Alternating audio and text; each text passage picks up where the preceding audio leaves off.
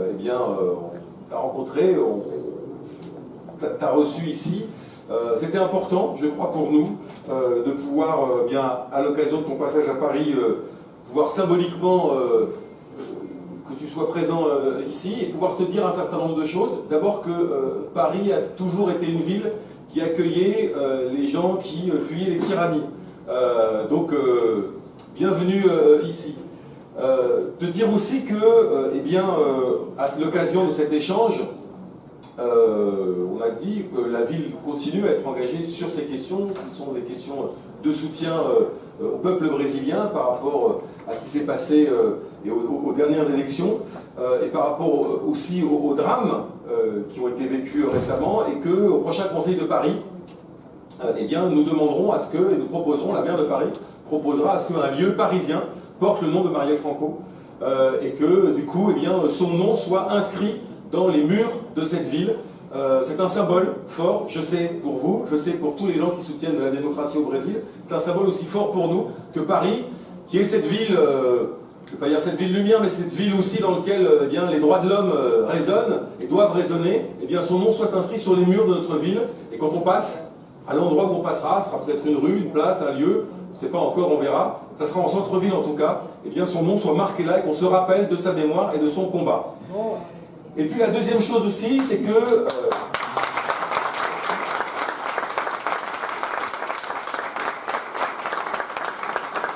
au-delà de ça, je crois que les combats que tu mènes, les combats que vous menez, que mène Autre Brésil, que je salue Erika, je salue deux co-présidents de Autre Brésil, les combats qui sont menés, évidemment Amnesty International, mais j'ai pris la parole juste pour moi, mais enfin, l'ensemble des présents, et j'y reviendrai aussi après, mais l'ensemble des présents aussi, l'ensemble des combats qui sont menés, nous les partageons. D'abord sur les questions d'urgence climatique, on l'a rappelé hier, je crois que vous l'évoquerez aussi ce soir, parce qu'il y a urgence à agir, il y a urgence à agir ici à Paris, comme il y a urgence aussi à agir au Brésil. Je crois aussi sur la question de la lutte contre les discriminations, sur les questions de diversité, parce que, on le rappelle, Paris, et nous souhaitons, et nous le voulons, et nous battons pour, Paris est une ville plurielle, est une ville diverse, est une ville mixte. Nous tenons à ça, nous nous battons pour que cette ville reste une ville mixte et une ville plurielle. Et je crois aussi que vous vous battez, et qu'on se doit se battre pour que le Brésil reste un Brésil qui soit un Brésil pluriel, un Brésil mixte, un Brésil où, quelle que soit sa couleur de sa peau, quelle que soit son orientation sexuelle, quelle que soit la longueur de ses cheveux, on puisse vivre tranquillement et en paix. Donc je crois que ça aussi, ça rapproche le Brésil et la France et les combats qui peuvent être menés. Et puis je conclurai, je ne vais pas être très long parce que je vais quand même, c'est pas moi l'invité, mais je voulais dire quand même quelques mots pour saluer ça, parce que j'ai écouté la radio ce matin et j'ai entendu que Bolsonaro était aux États-Unis rencontrer Trump. Expliquant qu'ils voulaient, qu'ils étaient, fous amoureux l'un de l'autre. Ils n'ont pas dit ça exactement, enfin c'est un peu ce qu'on sentait en écoutant la radio, et qu'ils voulaient construire une sorte d'international, de passerelle entre ces deux pays, parce qu'ils partageaient plein de choses du point de vue de la planète. En t'accueillant ici, en vous accueillant ici, je dois dire que nous, on partage le contraire, et que c'est autre chose que face à cet axe du mal, nous voulons construire un axe du bien, un axe qui dise qu'on veut vivre sur cette planète, tous ensemble, un axe qui dise que, il n'y a pas de discrimination vis-à-vis des uns des autres, un axe qui dise qu'un autre monde est possible. C'est un slogan qui a été inventé au Brésil il y a quelques années, je me rappelle, quand il y avait eu les premiers forums mondiaux, effectivement, un autre monde est possible à Paris, un autre monde est possible au Brésil, et un autre monde est possible partout dans le monde si on s'y met tous ensemble. Et je crois que c'est aussi ça le symbole qu'on voulait aussi marquer en vous accueillant, en t'accueillant Jean ici, et en accueillant Autre Brésil, Amnesty International, Madame la députée, que je n'ai pas saluée, mais que je n'oublie pas de saluer, Anne Blanc, du président du groupe d'amitié France-Brésil, Monsieur l'ambassadeur, en vous accueillant tous ici. C'est aussi ça que nous voulons signifier. Écoutez, bonne réunion à tous. Je pense que c'est très important, comme on le disait à l'instant, au moment où Trump et Bolsonaro se rencontrent à la Maison-Blanche, qu'il y ait d'autres rencontres autrement plus positives et plus productives, j'espère. On a accueilli en effet ce matin Jean Willis au ministère des Affaires étrangères. C'était important de lui témoigner notre soutien, celui du gouvernement, celui de ceux qui s'occupent des droits humains partout en France, les ONG, les collectivités locales. Je crois que Paris a montré très fort hier et aujourd'hui ce soutien. Les organisations Amnesty, Autre Brésil, sans qui la venue de gens ne serait pas possible aujourd'hui à Paris, il faut le rappeler, et tous ceux qui sont présents aujourd'hui font ce travail quotidien de soutien aux défenseurs des droits humains, aux réfugiés. Aujourd'hui, Jean est un défenseur des droits humains en exil, et c'est une situation qui est difficile à vivre. Je pense chaque matin en constatant qu'il a dû quitter son pays. Ce n'est pas une décision qu'on prend à la légère. On le comprend en voyant ce qui se passe aujourd'hui au Brésil, et c'est ça qui nous préoccupe au plus haut point, sa situation personnelle, celle de ses amis, celle de ses collègues qui sont aujourd'hui en train de suivre le même chemin, celui de l'exil, comme il y a 30 ou 40 ans dans d'autres pays d'Amérique latine. On a parlé ce matin d'un nouveau plan Condor. J'espère qu'on n'en sera pas là, mais on en est pas loin, je le crains. Donc il nous faut être collectivement extrêmement vigilants face à tout ce qui va se passer dans les semaines, dans les mois qui viennent. Je crois que c'est pour ça qu'on est là ce soir, pour écouter Jean témoigner. C'est extrêmement courageux de la part de ceux qui acceptent de parler. On a rappelé ce qui est arrivé à Marielle Franco et à d'autres. Les défenseurs des droits humains au Brésil sont tués chaque jour, les défenseurs de l'environnement, les défenseurs des droits des femmes, ceux des sans-terre. Moi je veux saluer le courage de ceux qui acceptent de témoigner, leur dire qu'on est tout simplement à leur côté. Rappeler, pour terminer sur ce sommet funeste à Washington, quand j'ai vu Jair Bolsonaro offrir le maillot de la Seleção à Donald Trump, rappeler que les champions du monde, c'est ici qu'ils sont.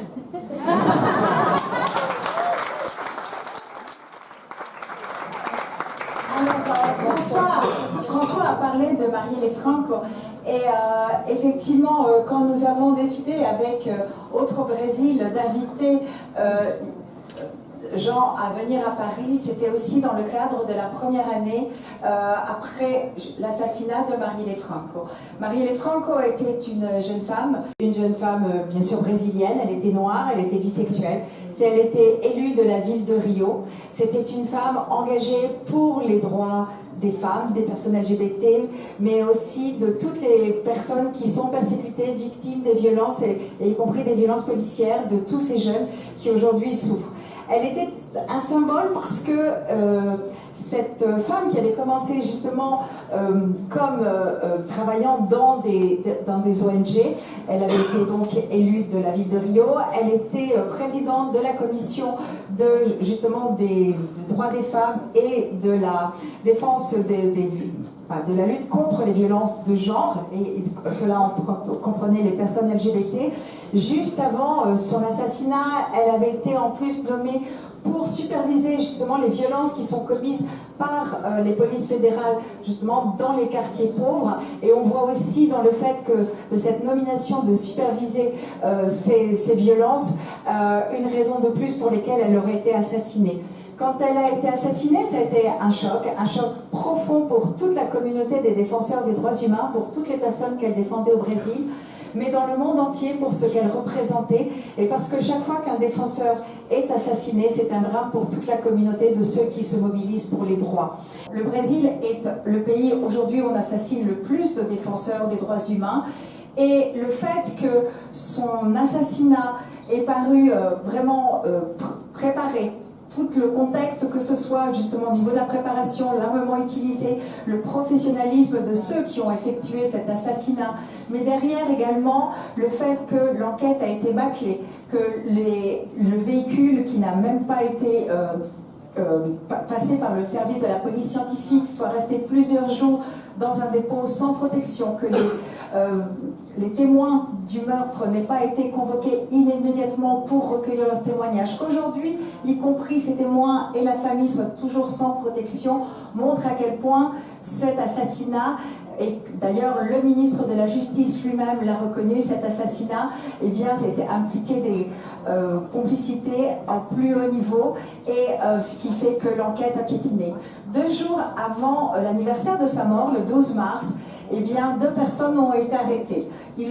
on dit que ce serait le chauffeur et celui qui a tiré. Rappelons que ce meurtre horrible, 9 coups de balle, dont 4 dans la tête, eh bien, et son chauffeur également est décédé, il ne faut pas l'oublier, eh bien, si ces personnes sont l'assassin et le chauffeur, pour nous, ce n'est pas suffisant. D'abord, déjà, il y avait 2 voitures qui ont suivi ce jour-là le véhicule de Marielle, donc il faut savoir qui était dans votre véhicule. Et puis surtout, il ne nous suffit pas de savoir qui a tué. Nous voulons savoir pourquoi et qui a commandité le crime.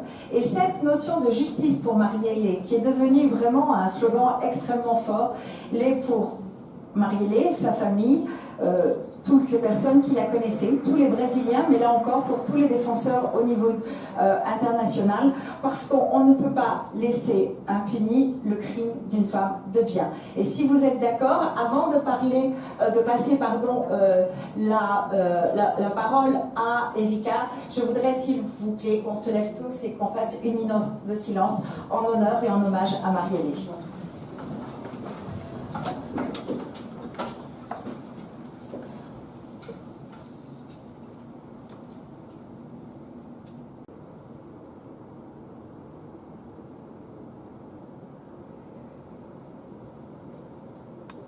Je vous remercie. Et pendant toute cette semaine, avec Jean, chaque fois que nous avons rencontré des officiels, et vous aurez vu que hier notamment, il y avait une photo d'Anne Hidalgo avec Jean et le portrait de Marielle, nous demandons aux autorités françaises, à toutes les personnalités que nous rencontrons, qu'elles nous appuient dans cette quête de justice pour Marielle, et nous allons continuer jusqu'à ce que nous l'obtenions, parce que nous ne vous laisserons pas ce crime impuni. À toi la parole, Erika, donc je passe la parole.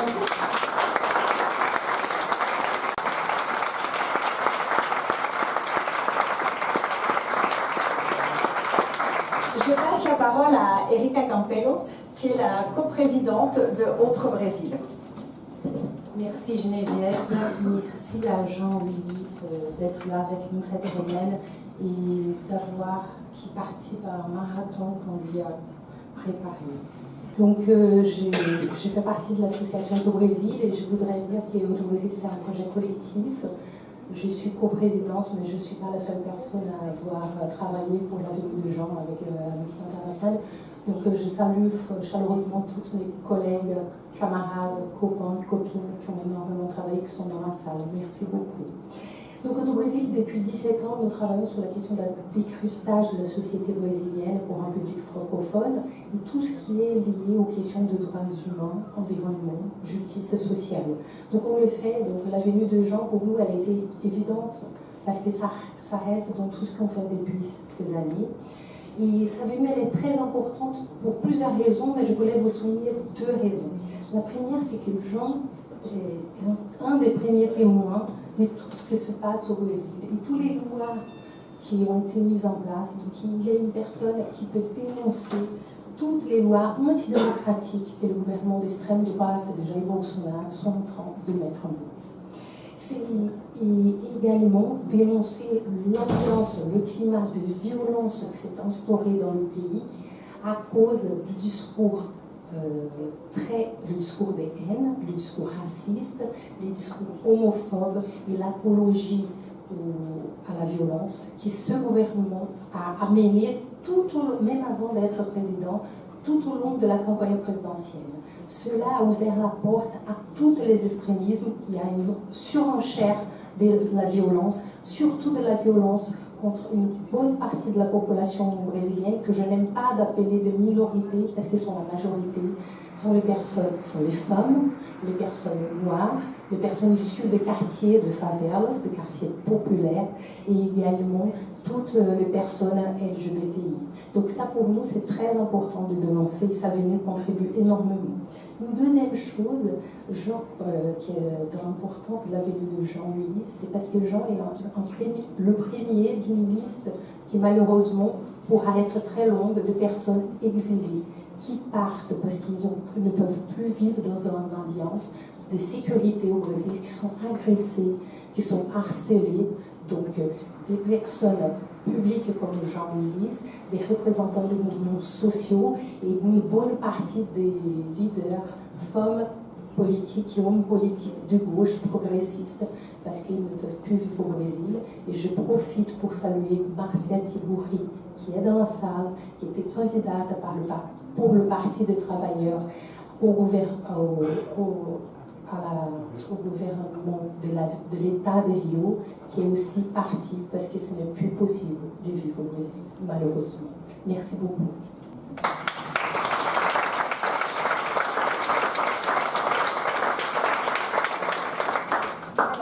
Je vais passer la parole à Jean. Juste un instant pour vous dire qu'effectivement, il va parler à peu près 10-15 minutes. Et ensuite, nous aurons un échange avec la salle. Sachez que c'est vrai que, comme le disait Erika, nous lui avons organisé un programme très très chargé et il commence à être très fatigué. Donc, vous nous excuserez, mais si à un moment il est vraiment fatigué, on verra, mais on ne veut pas non plus trop le solliciter parce qu'on voudrait qu'il revienne très rapidement à Paris. Voilà. Donc, maintenant, j'ai le plaisir de passer la parole à Jean Willis. Et bienvenue et merci d'être avec nous ce soir et malgré ta fatigue. Merci Jean.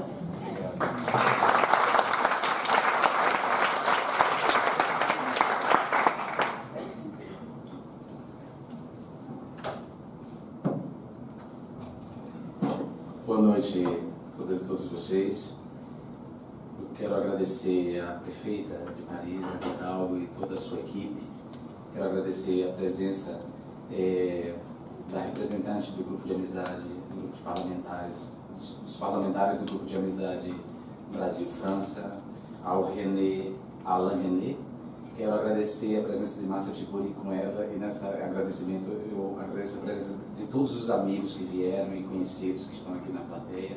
Agradecer sobretudo a Anistia Internacional e ao Trair Brasil por terem me convidado e permitido esse diálogo entre nós ao longo dessa semana, um diálogo muito profícuo, muito produtivo politicamente, exaustivo emocionalmente, intelectualmente, mas muito produtivo politicamente, sobretudo considerando o momento que nós no Brasil estamos vivendo.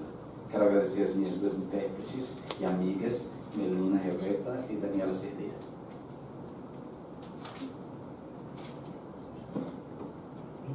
Bonsoir à tous. Je voulais tout d'abord remercier Anne Hidalgo et son équipe. Je voulais aussi remercier la représentante du groupe d'amitié France-Brésil, aussi Alain René et Marcia Thibouri, mon amie, et tous mes amis qui sont aussi ici présents aujourd'hui. Je voulais remercier Autre Brésil et l'Amnistie Internationale qui m'ont donné l'occasion d'être là pour dialoguer avec vous, un dialogue qui est très important, qui est très fatigant émotionnellement, mais aussi très important.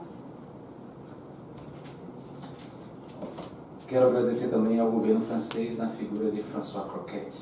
E é a partir de da fala do François Croquette que eu quero começar a conversar sobre a nossa situação. François Croquette traçou um paralelo entre o encontro de Jair Bolsonaro, presidente do Brasil, e Donald Trump, com esse encontro entre nós aqui, entre um ativista de direitos humanos e a sociedade civil organizada e representantes do governo francês. Je voulais aussi remercier le gouvernement français et François Croquette qui est là aujourd'hui. Et d'ailleurs, je voulais commencer à partir de ce qu'a dit François Croquette, qui a fait un parallèle entre la rencontre entre Bolsonaro et Trump aux États-Unis et notre rencontre aujourd'hui, une rencontre avec des défenseurs des droits de l'homme, de la société civile et du gouvernement français. E esse paralelo não deixou de evocar um filme que eu vi recentemente, que não estreou ainda nos cinemas, que vai estrear, que é o filme sobre Marighella. E, sem querer dar spoiler, num dado momento, Wagner Moura, de maneira magistral, trata as diferenças entre o governo americano na relação com a ditadura e a sociedade civil francesa no apoio aos que resistiam à ditadura militar. Et à partir de ce parallèle, je voulais aussi évoquer un film qui n'est pas encore sorti dans les salles. Il s'agit du film Marighella. Je ne vais pas trop en parler, mais je voulais quand même dire qu'à un moment, Walter Moura a tracé un parallèle entre la relation de la dictature avec le gouvernement américain et la réaction de la société civile française à cette période. Com isso, eu agradeço desde já também esse acolhimento da institucionalidade francesa, da sociedade civil francesa, esse acolhimento à minha pessoa. Isso é importante não só do ponto de vista político, né, do fortalecimento do símbolo, mas também do ponto de vista pessoal. Quem está falando para vocês não é só um ativista, um político. Quem está falando é um ser humano. Alguém que deixou para trás a sua casa, sua família, seus amigos, para continuar vivo, para continuar vivendo, para estar seguro e continuar fazendo o que eu fazia, que era atuar politicamente no mundo a favor de um mundo mais livre e inclusivo, a partir do meu conhecimento. Então, é muito importante para mim também, do ponto de vista humano, esse acolhimento. Et donc avec ça, je voulais aussi remercier l'accueil des institutions françaises ainsi que de la société civile française à moi-même. Cela est très important. C'est important du point de vue politique parce que c'est un symbole, mais aussi personnellement c'est très important parce que plus qu'un activiste, je suis aussi un être humain qui a laissé sa maison, sa famille, ses amis pour être dans un lieu sûr et pour pouvoir ainsi agir politiquement pour un monde plus libre et plus inclusif. C'est pour cela que c'est tellement important. Em 8 anos de mandato, com 2 mandatos consecutivos, sendo que fui eleito para um terceiro e infelizmente não pude assumir, em 8 anos de mandato eu tentei dar o melhor de mim em favor da democracia, dos direitos humanos e sobretudo dos direitos humanos das minorias, daquelas minorias que não vou nem dizer que não estão incluídas no espaço da cidadania, antes não são sequer consideradas humanas. E por isso mesmo, por não serem consideradas humanas, não têm seus direitos humanos reconhecidos. Et pendant 8 ans, pendant donc mes 2 mandats consécutifs, j'ai été élue pour un 3e mandat que je n'ai pas pu assumer. Donc pendant ces 8 ans, j'ai lutté pour la démocratie, j'ai défendu les droits humains et surtout les droits humains des minorités, ces minorités-là qui n'étaient même pas incluses dans la citoyenneté parce qu'elles n'étaient même pas acceptées en tant qu'humaines. C'est pour ça qu'on ne respectait pas leurs droits humains. Eu tentei fazer isso não só por meio de proposições legislativas e de do debate orçamentário, ou seja, do investimento de recursos do orçamento em políticas públicas inclusivas, mas também eu busquei fazer isso construindo um mandato democrático e transparente, um mandato que tinha transparência e que era democrático em termos de participação da sociedade civil. O meu mandato era o único entre os 513 que tinha um conselho social, que operava a partir de um conselho social. Et j'ai fait cela à partir non seulement de propositions de loi et d'un travail, d'un effort budgétaire pour qu'on puisse investir sur des politiques publiques plus inclusives, mais plus que ça, j'ai eu un mandat qui était transparent, mais aussi démocratique dans le sens où il y avait une véritable participation de la société avec un conseil social que j'avais créé et qui était le seul en fait mandat parmi les 513 qui travaillait à partir d'un conseil social. Esse trabalho me trouxe reconhecimento, prestígio internacional, mas curiosamente, a partir de 2016, quando golpe parlamentar destitui a presidenta democraticamente eleita, eu começo a perceber uma inversão. Enquanto fora o meu mandato era reconhecido, dentro o meu mandato caía em desprestígio e a minha figura começava a ser desconstruída por meio de um conjunto de calúnias e fake news que diariamente buscavam me construir como inimigo público da nação.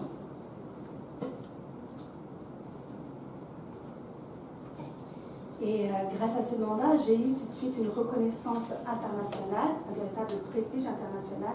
Mais ce qui est curieux, c'est qu'en 2016, quand on a eu au Brésil un coup d'État contre Dilma Rousseff, une femme élue démocratiquement, à partir de ce moment, j'ai vu que, alors qu'à l'étranger, j'étais respectée, au Brésil, de plus en plus, on détruisait mon image à partir de fake news et d'insultes dont l'objectif était de me rendre l'ennemi public de la société. As fake news se intensificaram em 2016 porque eu assumi protagonismo na defesa do jogo democrático, das regras democráticas e na defesa do governo Dilma. Não pelos valores em si do governo Dilma, mas pelo fato da Dilma ter sido democraticamente eleita e eu considerava que só eleições poderiam tirá-la do poder. Et ces fake news se sont renforcées, intensifiées à partir de 2016, lorsque j'ai eu un rôle protagoniste dans la défense des règles démocratiques et du mandat de Dilma. Pas forcément parce que j'étais d'accord avec les actions du mandat de Dilma, mais parce que je considérais qu'elle avait été élue démocratiquement et que cela devait être respecté. Elas se intensificaram aí, mas elas já existiam antes. Elas começaram quase que simultaneamente ao meu primeiro mandato em 2011. Não só as fake news, como as ameaças. As primeiras ameaças de morte já começaram em 2011 e as primeiras ameaças tinham a ver apenas com o fato de eu ser um gay assumido num espaço de poder, abrindo a agenda dos direitos humanos para os direitos das pessoas LGBTs. Et si ces fake news se sont intensifiées à partir de 2016, elles existaient déjà. En fait, tout a commencé déjà en 2011, quand a commencé mon premier mandat. Non seulement les fake news, mais aussi les menaces de mort. Et à cette période, c'était des menaces de mort dues au fait que j'étais un gay et que j'avais assumé mon homosexualité. Até 2016, os principais propagadores de fake news e as pessoas que ameaçavam a minha vida tinham motivações religiosas, digamos assim. Eu era alvo de ameaças que vinham de fórum de masculinistas que odiavam homossexuais, que odeiam homossexuais, e de lideranças religiosas e fanáticos religiosos. Até 2016, essa era a fonte das ameaças e da difamação.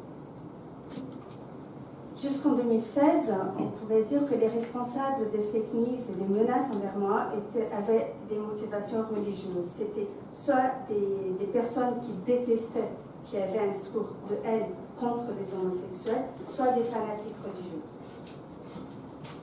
A partir de 2016, com esse protagonismo que mais ou menos que eu assumi em defesa da democracia e do governo Dilma, eu me tornei alvo dos antipetistas, das forças políticas antipetistas, que não desejavam ver o PT ganhar mais uma eleição e o PT manter as suas políticas públicas de inclusão social, que eram, digamos assim, os fatos mesmos que faziam o PT vencer as eleições. Quer dizer, era ter feito governos que, apesar de todas as contradições e limitações, eram governos que se voltavam, que olhavam para os mais pobres, para os excluídos. Et à partir de 2016, quand j'ai donc eu ce rôle protagoniste dans la défense de la démocratie, je suis devenue la cible aussi des forces anti-Parti des travailleurs, c'est-à-dire ces personnes qui ne voulaient absolument pas que le Parti des travailleurs puisse avoir encore un mandat, et parce qu'ils étaient contre toutes les politiques publiques d'inclusion sociale, ces mêmes politiques publiques qui étaient vraiment la raison des victoires du Parti des travailleurs pendant ces élections, parce que le gouvernement du Parti des travailleurs était en effet un gouvernement qui avait des contradictions et des limites, mais qui a toujours eu un regard envers les plus pauvres.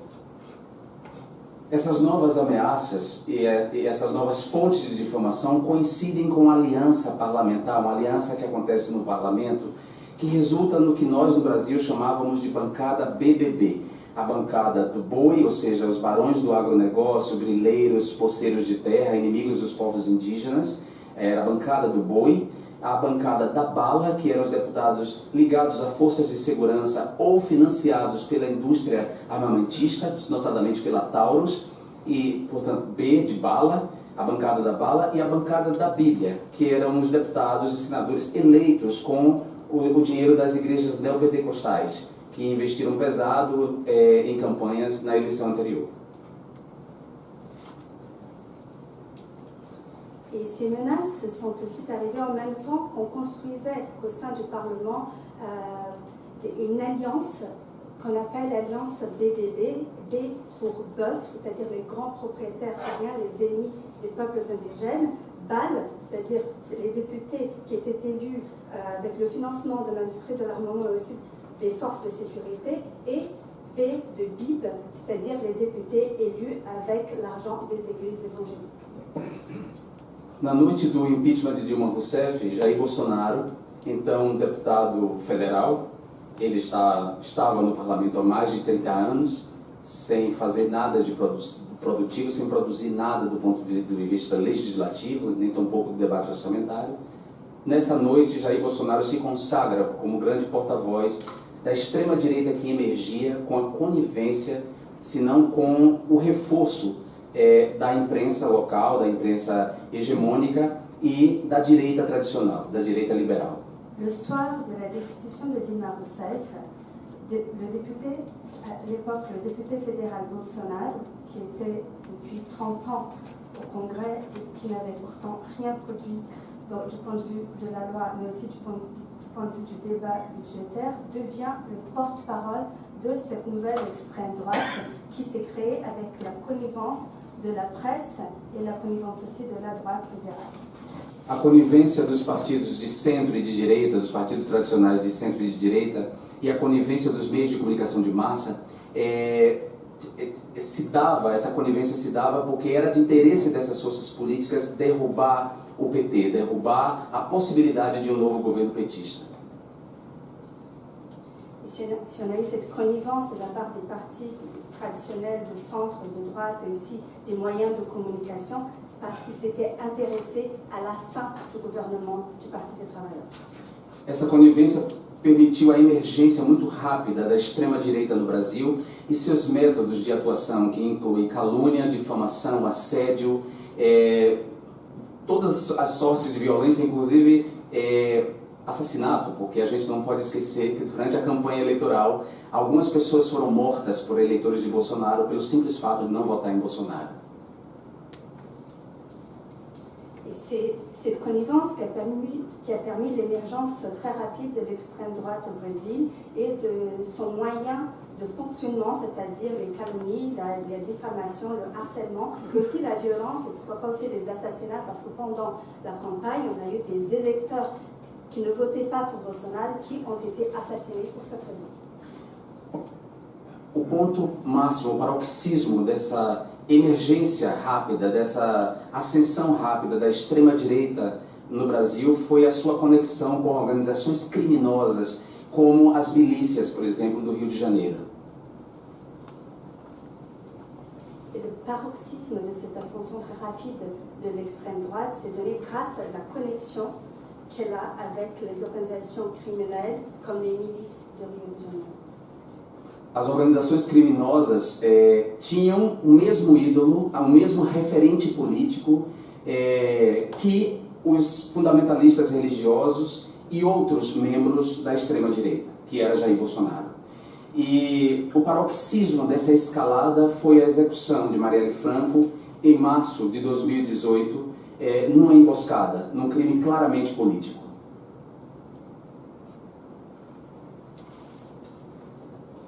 Ces organisations criminelles avaient cette référence politique qui était la même des fondamentalistes religieux et de l'extrême droite, qui était justement Bolsonaro.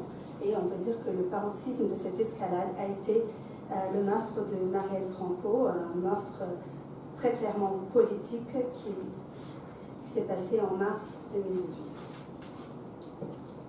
Do ponto de vista simbólico, o assassinato de Marielle era a interrupção violenta de um conjunto de transformações que foram feitas na era Lula.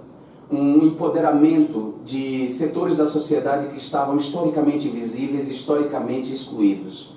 Quer dizer, Marielle era o produto de um conjunto de transformações que sim envolviam o PT e a era Lula. É claro que ela tinha os seus méritos próprios e por isso mesmo ela foi executada, porque ela era resultado desse conjunto de transformações, mas ela era também o caminho, ela apontava o futuro, ela superava os limites dessas transformações e das contribuições do lulopetismo. Marielle figurava como o futuro de todo esse conjunto, de todas essas conquistas feitas pelos governos petistas.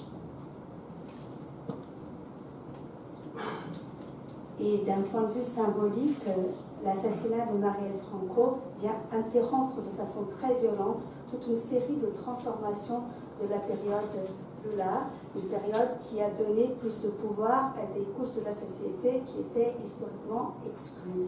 Donc Marielle Franco est aussi le produit de toutes ces transformations, de toutes ces politiques de cette période-là, mais évidemment, elle avait tout son mérite qui lui appartenait, parce que non seulement elle était le produit de ses politiques, mais aussi elle montrait le chemin pour une nouvelle transformation qui pointait aussi les limites de ces mêmes politiques. A partir da execução dela, o nível de ameaças contra mim sobe pouco mais. Agora, além das forças que já me ameaçavam e me difamavam, se somam agora as forças das organizações criminosas do Rio de Janeiro, que durante a campanha eleitoral nos impedia de ir a territórios do Rio fazer campanha. Après l'assassinat de Marielle Franco, les menaces contre moi ont augmenté d'un cran parce qu'il y avait non seulement les forces traditionnelles qui me menaçaient, mais aussi maintenant les organisations criminelles qui nous empêchaient d'organiser les campagnes sur certains territoires, certaines parties de la ville de Rio de Janeiro. Por conta disso, a Câmara dos Deputados, o presidente da Câmara, destacou uma escolta da Polícia Legislativa e carro blindado para eu poder continuar exercendo as minhas atividades. Então, a partir daí, a minha vida passa a ser de casa para o carro blindado, do carro blindado para casa e acompanhado sempre de 3 seguranças. Essa foi a única resposta do Estado ao conjunto de ameaças que eu vinha sofrendo e que eu já havia denunciado reiteradamente à Polícia Federal. Pour cette raison, la Chambre parlementaire m'a permis d'avoir une protection de la police législative qui m'accompagnait dans une voiture blindée entre le travail et la maison. Et j'étais toujours accompagnée de 3 agents de sécurité. C'était en fait la seule réponse qu'on a donnée à toutes les menaces que je subissais et que j'avais déjà dénoncées dans le pays. Essa negligência por parte do Estado, sobretudo por parte da Polícia Federal, me levou a fazer uma denúncia à Comissão Interamericana de Direitos Humanos da OEA. Eu reuni todas as provas que eu já tinha entregue à Polícia Federal e que só serviram para abrir inquéritos protocolares. Eu peguei todas as provas e reuni e fiz uma denúncia formal à Comissão Interamericana de Direitos Humanos da OEA.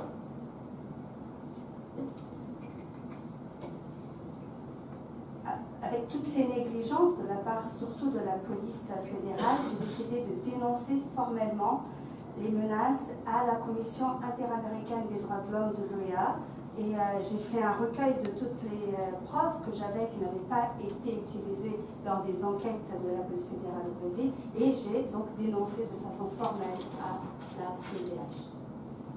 A análise que a comissão fez, a análise minuciosa que a comissão fez das provas de todo o material, todos os documentos que nós entregamos sobre as ameaças, levou a Comissão Interamericana, um órgão internacionalmente respeitado e isento, a concluir que de fato a minha vida e a da minha família corria grave risco.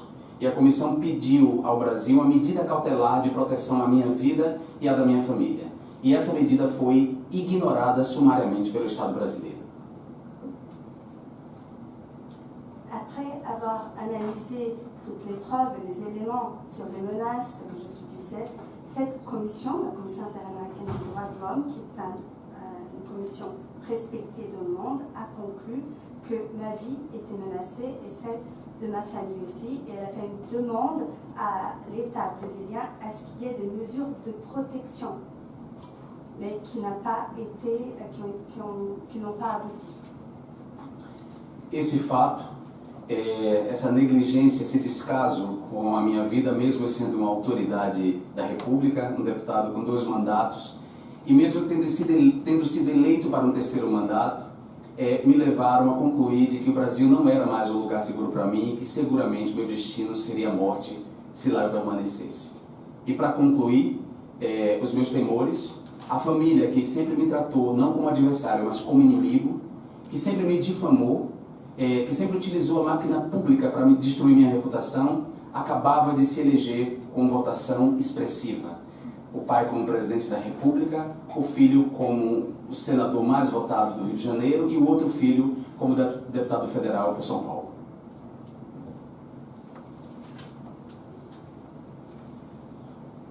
Et ce manque d'intérêt, cette négligence de la part de l'État brésilien en ce qui concerne un élu, quelqu'un qui avait été élu pour 2 mandats et même 3, m'a fait conclure que le Brésil n'était plus un pays sûr pour moi et que si j'y restais, j'allais sûrement mourir. Et pour conclure, la famille Bolsonaro, qui a toujours vu en moi pas un adversaire, mais un véritable ennemi, avait gagné l'élection, non seulement le père, qui est élu président de la République, mais aussi un fils sénateur, le sénateur élu avec plus de voix à Rio de Janeiro, et un deuxième fils élu député fédéral à São Paulo.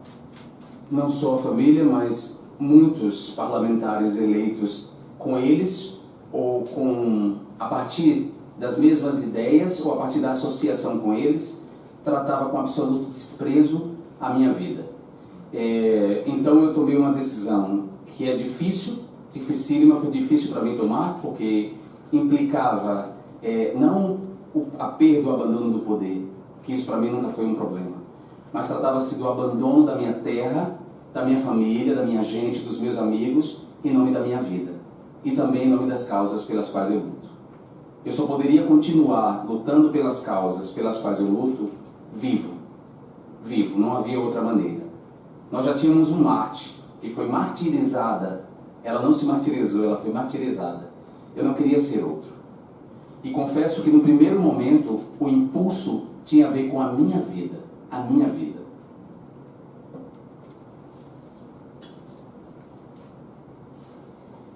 Et non seulement les membres de la famille Bolsonaro, mais tout un groupe de parlementaires élus sur les mêmes bases et les mêmes idées. Et tous ceux qui méprisaient ma vie. Et j'ai pris donc cette décision qui a été très difficile, pas parce que j'ai perdu le pouvoir, parce que ça, ce n'était pas difficile, mais parce que j'ai dû abandonner ma famille, mes amis, ma vie et aussi mes causes. Mais pour défendre mes causes, il faut que je sois vivant. Le Brésil n'avait pas besoin d'un nouveau martyr. On avait déjà une femme qui ne s'est pas martyrisée, qui a été martyrisée. Et j'ai fait donc ce choix, qui est le choix de vivre. Mais uma vez livre e seguro, longe das ameaças concretas e diretas, uma vez seguro e livre, eu voltei para o front. E voltei para o front para defender a democracia brasileira e defender a dignidade humana e os direitos daqueles que lá ficaram e que não puderam sair, que não podem sair agora. Muito obrigado.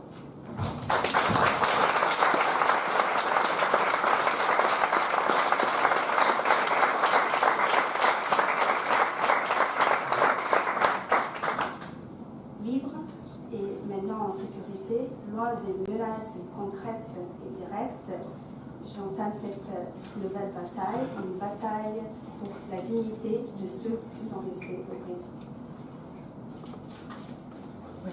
Donc maintenant, je vous propose d'avoir un échange justement avec vous. On va passer des micros dans la salle.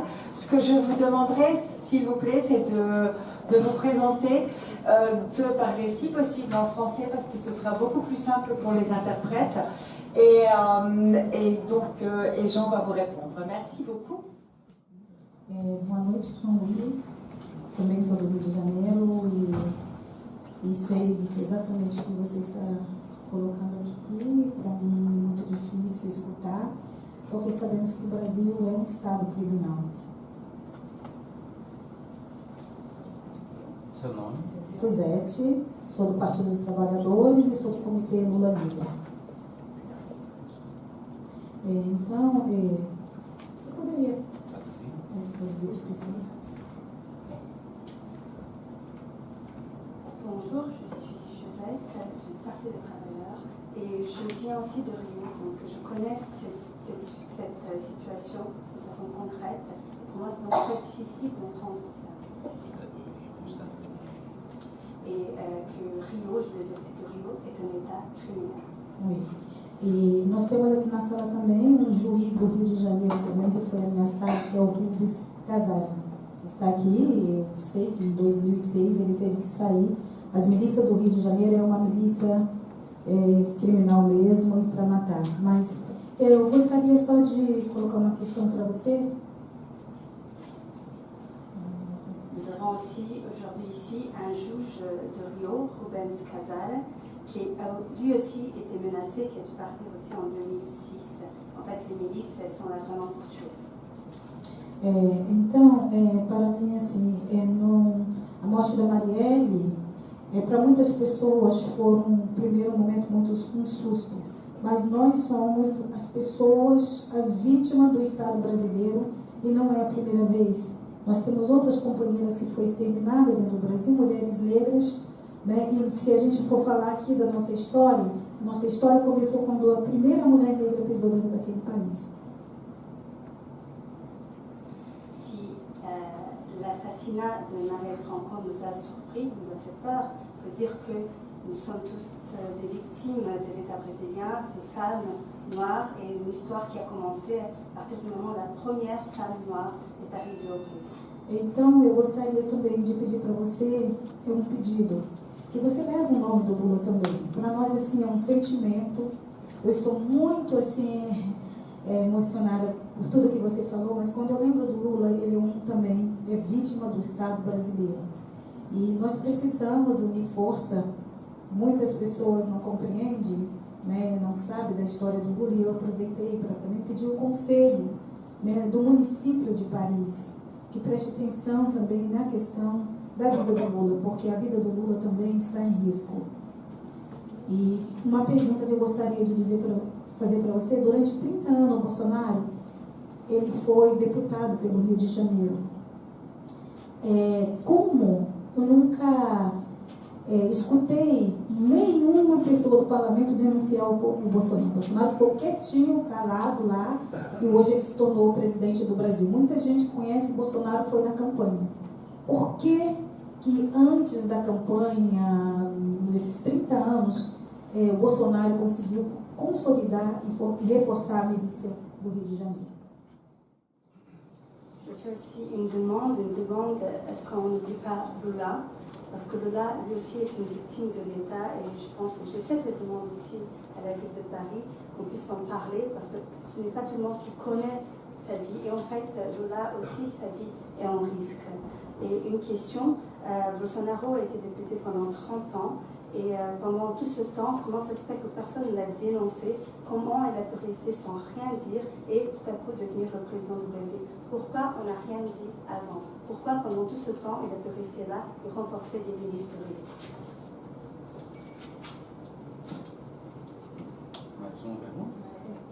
Oui. On peut faire une deuxième question.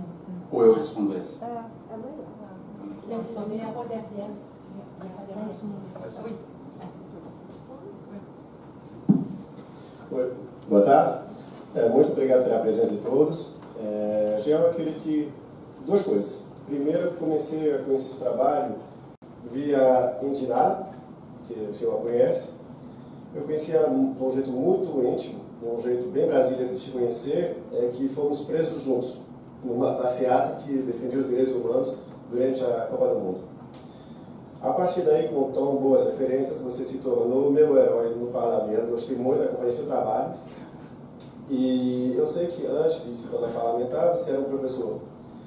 Eu também sou professor em Paris e no Rio de Janeiro, na UFRJ. Na UFRJ, a partir da eleição do Bolsonaro, 3 colegas meus me chamaram porque eles querem se tornar refugiados políticos na França, por causa das ameaças que sofreram também lá. Vou dar suporte para eles. E, consequentemente, quero dar meu suporte para você. Se tu quiser voltar à vida acadêmica, pode voltar em Paris, que você tem amigos. E eu te faço entrar na minha faculdade com grande prazer. Vou ter a honra de ser seu colega. Prazer. Mas seu nome? Bem-vindo aqui. Seu nome? Ah, desculpa, Rafael. Rafael. Vou responder essas coisas também.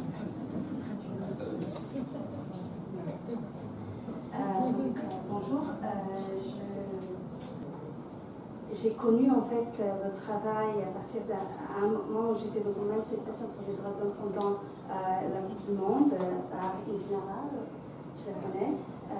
Et à partir de ce moment, j'ai suivi mon travail et tu es devenu un peu mon héros. Et je sais que vous êtes aussi, comme moi, professeur. Avant de devenir parlementaire, vous étiez professeur.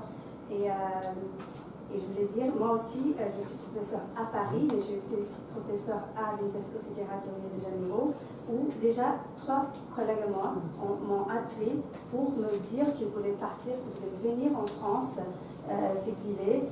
Et je voulais dire à vous aussi que si vous voulez recommencer votre vie académique dans une université à Paris, comptez sur moi, je peux vous aider et ce sera excellent de travailler avec vous. Suzete, você tem toda a razão. Cadê você? Já acertou? Ah, tá aqui. Você tem toda a razão. Uma das razões também de Bolsonaro ter vencido as eleições é o fato de o Brasil nunca ter feito, de fato, um luto dos 350 anos de escravidão. De ter encarado de frente, por meio de políticas públicas, de projetos de leis, a herança maldita da escravidão, que é o racismo estrutural, e o programa de extermínio e encarceramento dos afrodescendentes, sobretudo os de pele preta. Se a gente alia aí a questão de gênero, a desigualdade de gênero, a violência que as mulheres sofrem em todo o mundo, né? Se a gente alia aí esse produto da dominação masculina, você tem toda a razão em dizer que as grandes vítimas são as mulheres pretas. E talvez por isso Marielle tenha sido executada também, quer dizer, ela era o símbolo desse empoderamento, dessa voz de pessoas que não tinham uma tribuna antes, de pessoas que estavam invisíveis, embora carregassem o país nas costas. Você tem toda a razão. Nem mesmo os governos progressistas, que nós temos muitos elogios a fazer, e não é hora de fazer crítica, né? A hora de balanço não é agora, a gente tem que se unir, criar mais pontes, mas mesmo os governos progressistas, seja o governo federal, seja os governos estaduais, conduzidos, por exemplo, pelo PT e pelo PCdoB, não encararam de frente, não encararam o problema da execução sumária no vácuo da legalidade de pessoas pretas e pobres moradoras das periferias, lamentavelmente. Não encararam, e isso tem a ver com essa herança.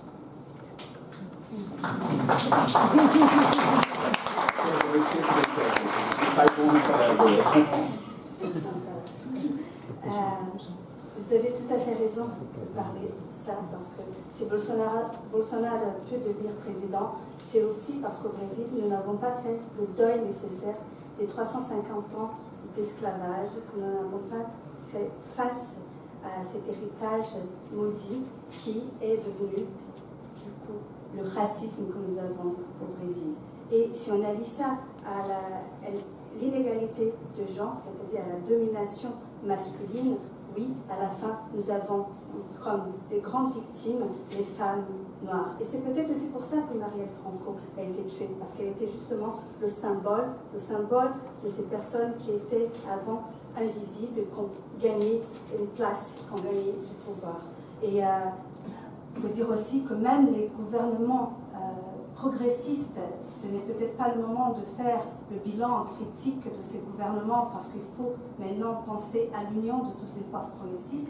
Mais si on pense au gouvernement au niveau de l'État fédéral, mais aussi au niveau des États de la Fédération, des gouvernements du PCdoB et du Parti des Travailleurs, n'ont pas vraiment fait face à l'exécution en masse de la population noire des quartiers pauvres du Brésil.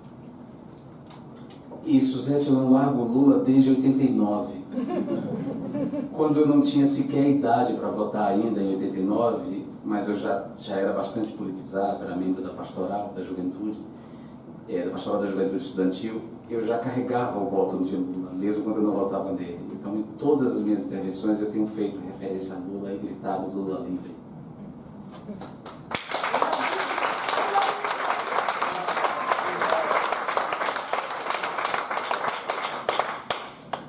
Je veux dire aussi que je n'ai jamais lâché Lula. Je ne lâche pas depuis 1989, alors que je ne pouvais même pas encore voter, mais j'étais déjà quelqu'un qui s'intéressait à la politique. Je faisais partie de la pastorale de la jeunesse, des étudiants, et déjà là, je portais le nom de Lula, et je prie encore de l'aide.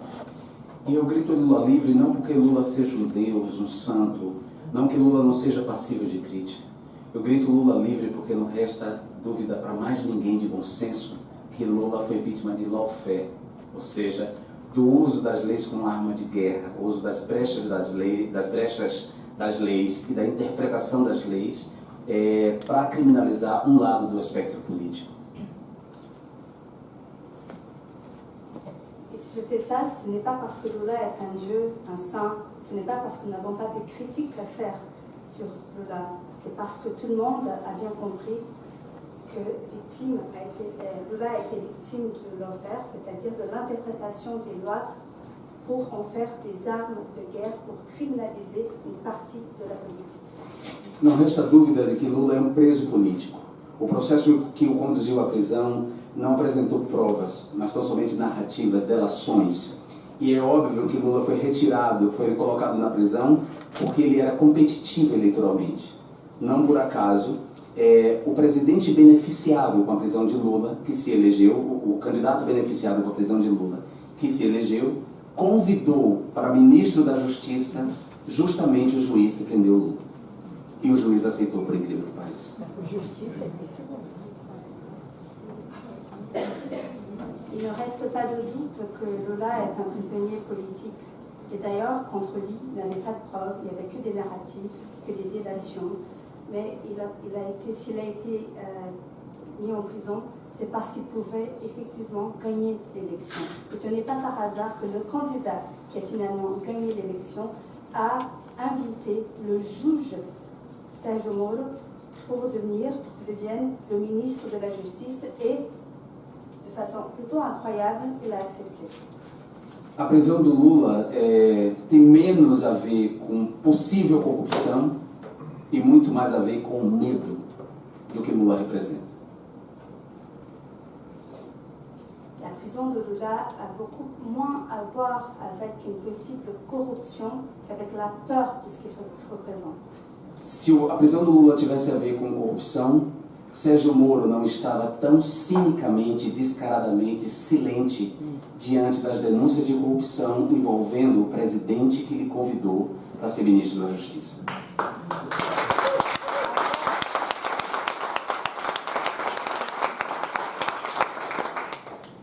Si c'était un cas de corruption, alors à ce moment-là, Sérgio Moro ne serait pas cyniquement silencieux face à toutes les dénonciations contre le président qu'il a invité de devenir ministre de la Justice.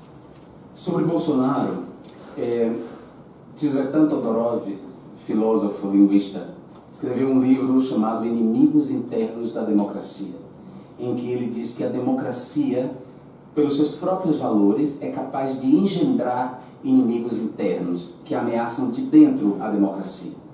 Bolsonaro foi um inimigo interno engendrado pela própria democracia, pela tolerância democrática aos seus discursos de ódio e às suas tentativas de conspirar contra a democracia. Et en ce qui concerne Bolsonaro, pensez à Todorov et à son livre Ennemi interne de la démocratie, où il dit que la démocratie elle-même est capable de créer des ennemis internes parce qu'elle accepte, parce qu'elle tolère un discours de haine, et c'est exactement ce qui s'est passé avec Bolsonaro. Os discursos de ódio de Bolsonaro contra as minorias e seus discursos contra a própria democracia foram tolerados demais pelo próprio jogo democrático. E eram tolerados porque seus alvos prioritários eram aqueles grupos que historicamente são difamados e cuja vida não importa. Não só para a direita ou extrema-direita, mas também, muitas vezes, não importa para a esquerda também. Et le discours de haine de Bolsonaro envers les minorités et même la démocratie a été trop toléré. Peut-être parce que les cibles même étaient celles qui déjà historiquement subissaient des diffamations et qui n'étaient pas importantes pour la droite, mais aussi pour la gauche. Se em vez de assediar, difamar, ofender, insultar um deputado gay assumido e orgulhoso da sua identidade como eu, Bolsonaro assediasse, insultasse, ofendesse, difamasse um deputado hétero, branco, cis e membro das oligarquias políticas brasileiras, talvez ele já tivesse sido impedido há muito tempo.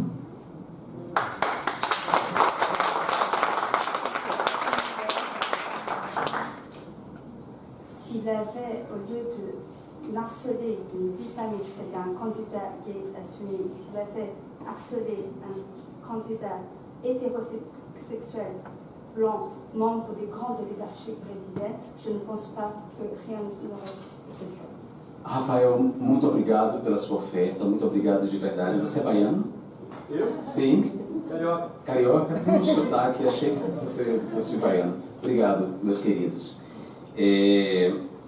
Muito obrigado. Eu só quero te dizer uma coisa sobre o heroísmo. A Isabel Allende escreveu uma versão dela para a Lenda do Zorro, que é muito boa, por sinal, a versão que ela dá para a Lenda do Zorro. E na epígrafe desse livro, ela diz que o heroísmo é uma ocupação mal remunerada e típica de fanáticos. Eu não quero ser herói, eu sou um ativista. Não um herói, eu sou um ativista. Um ativista. E como ativista eu preciso estar vivo. E como ativista, ao contrário dos heróis, eu não posso me lançar em missões suicidas, kamikazes.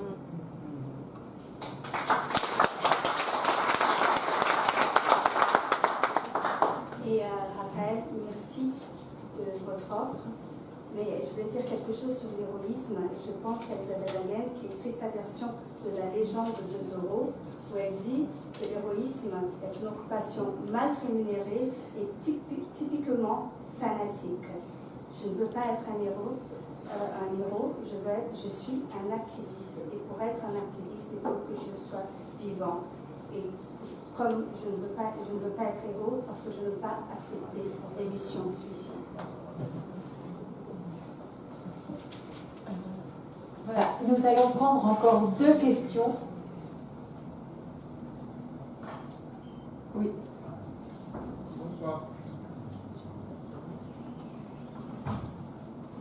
Bonsoir.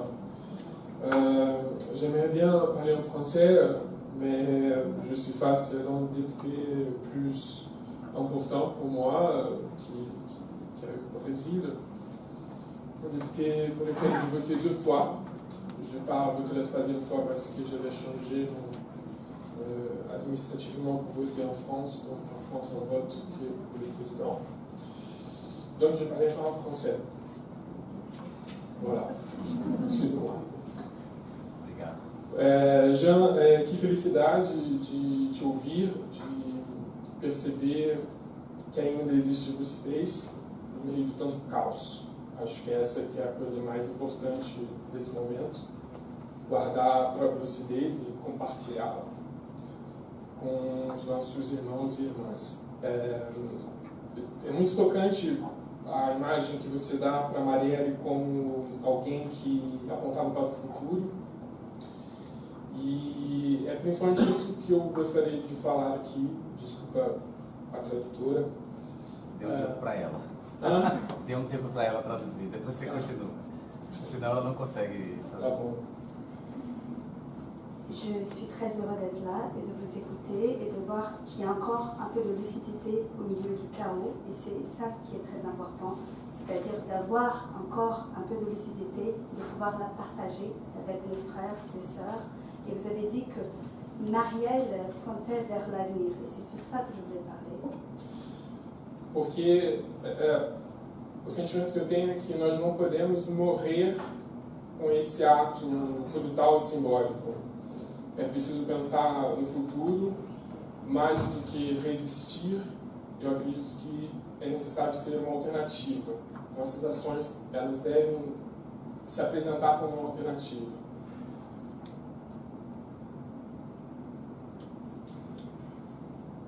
Donc, j'ai le sentiment que nous ne pouvons pas mourir avec cet acte brutal et symbolique. Je pense que plus que résister, il faut penser à l'avenir, il faut agir et devenir une alternative. Nós sabemos que no primeiro dia do mandato do novo presidente, ele, por exemplo, extinguiu o Ministério da Cultura do nosso país. Eu, como artista, naturalmente não concordo com isso e, pensando nessa ideia de criar alternativas, decidi, com um grupo de amigos, fundar aqui na França, mais precisamente em Montreuil, o Ministério Independente da Cultura do Brasil.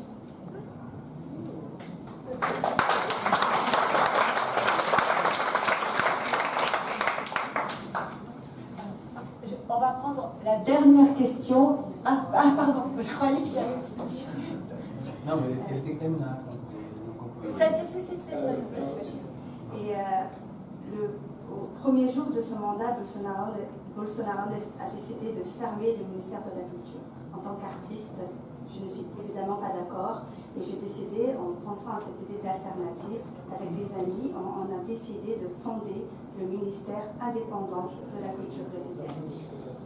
E entre todas as ações que nós prevemos realizar, vou assinalar uma, que eu acho que é simbólico a partir do momento que o Jean está aqui, que é a realização de um festival de teatro dedicado à dramaturgia LGBT+.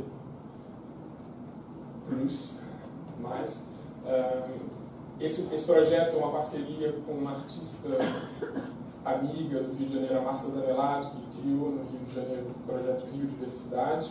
Nós faremos aqui o Resíduo Diversité, Brasil Diversidade, e eu aproveito essa ocasião para convidar todos vocês a participarem não só do evento em si, mas da organização e da realização desse projeto, desse festival e de todo esse ministério utópico. Muito obrigado.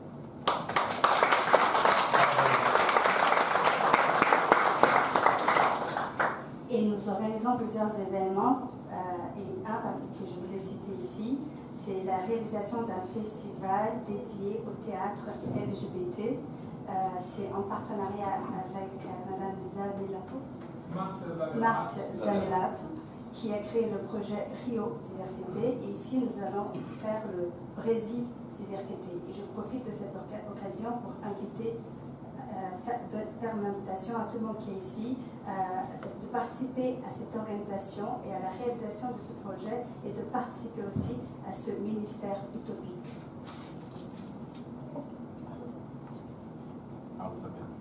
Oui. Donc maintenant, c'est la dernière question. Bonsoir.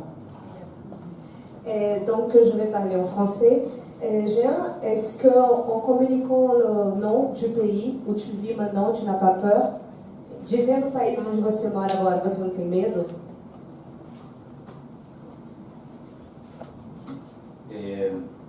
Vou responder, não foi bem uma pergunta. Você disse seu nome e não disse. Silvia. Não, você eu sei, mas não fala. Alan Castelo. Tá louca, Silvia? Alan, parabéns pela iniciativa.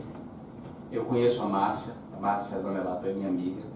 Eu estive no Rio Diversidade, a convite dela, para assistir 2 peças. Fico muito feliz com essa iniciativa, porque o teatro permite o exercício da empatia, como nenhuma outra arte permite.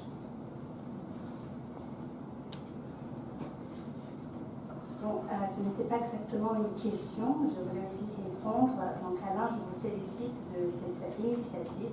Je connais Marcia, j'ai déjà participé à Rio Diversidade et je pense que c'est très important parce que le théâtre, plus que n'importe quel art, est l'art de l'empathie.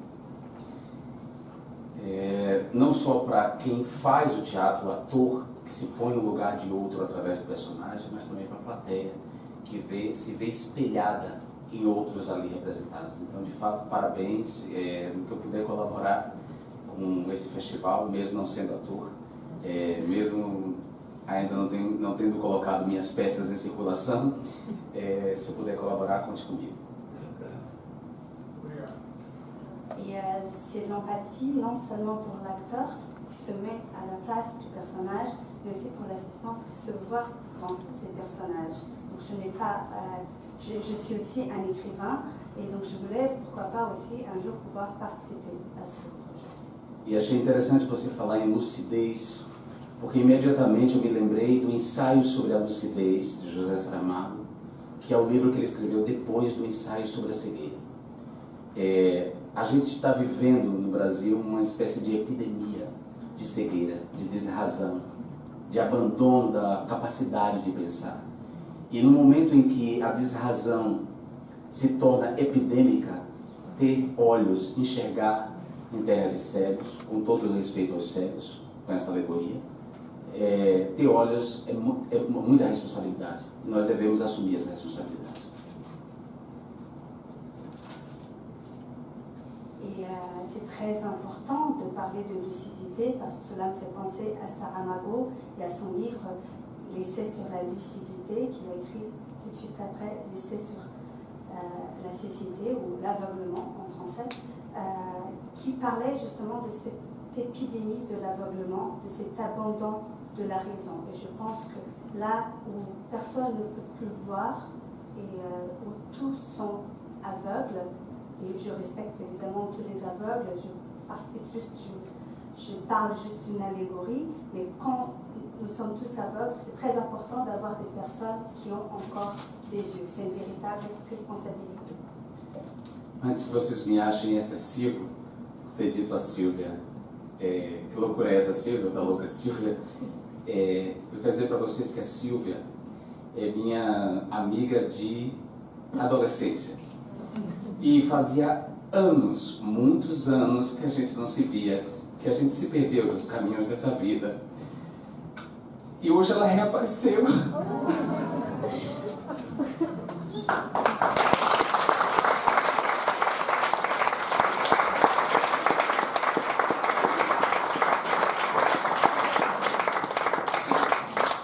Isso para mim é muito significativo de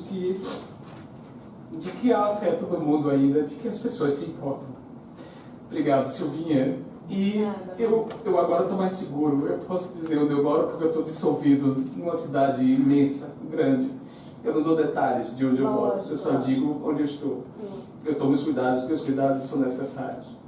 Muito obrigado, que bom te rever, linda e saudável, como você era quando adolescente. Quando estudamos juntos. Muito obrigado, gente. Muito obrigado, Anistia, ao CRE Brasil. Muito obrigado, Prefeitura do país.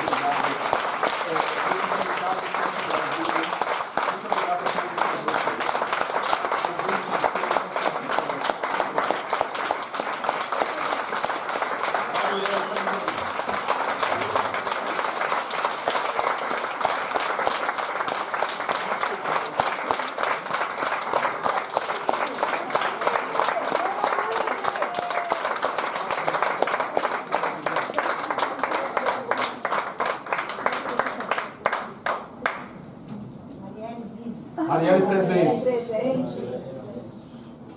Obrigado, minhas tradutoras. Oui, bravo, traducteur.